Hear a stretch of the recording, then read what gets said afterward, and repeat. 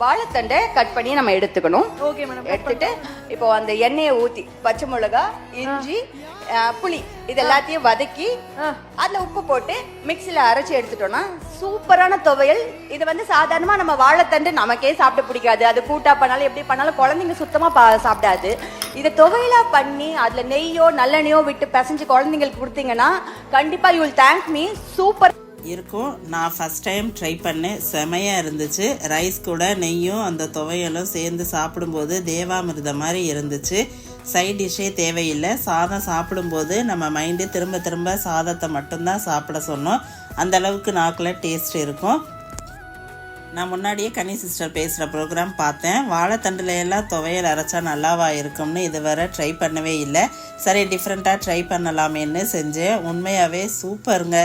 Thank you கனி sister. கண்டிப்பாக நீங்களும் try பண்ணி பாருங்கள். தேங்க்ஸ் ஃபார் வாட்சிங். பை.